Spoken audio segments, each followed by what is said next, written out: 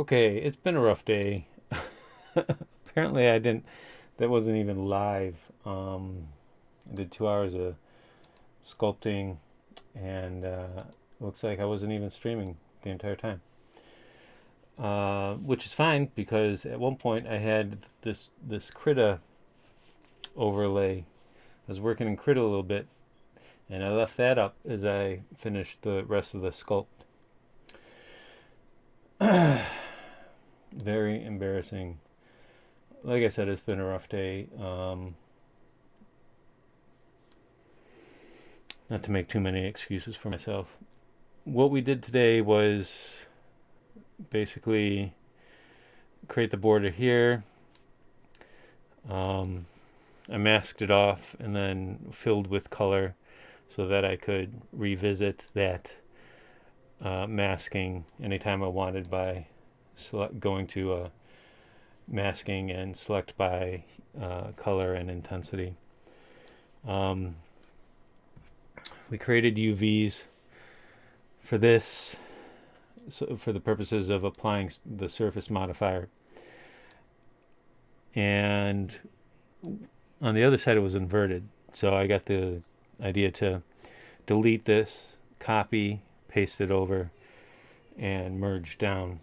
The problem was, one of the things we learned here is that when you merge down, preservation of the UVs is an option. It's not the default option either. So if you're going to do that, always select the UV button. The other thing that we learned is a new workflow for preserving UVs, or rather creating them.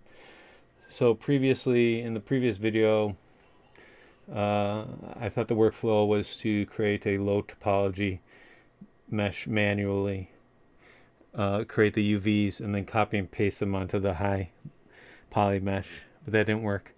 And embarrassingly enough, I searched some relevant keywords and came up with a post I had made like 3 to 5 years ago asking the same thing.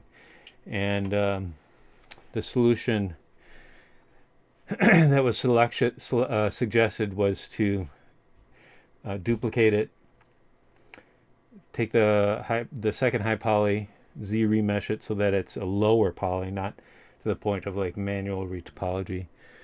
Create the UVs, subdivide the low poly until it's high poly again, and then project all so that it has the same detail as the original. All right, so that's what we learned today. All right, thanks.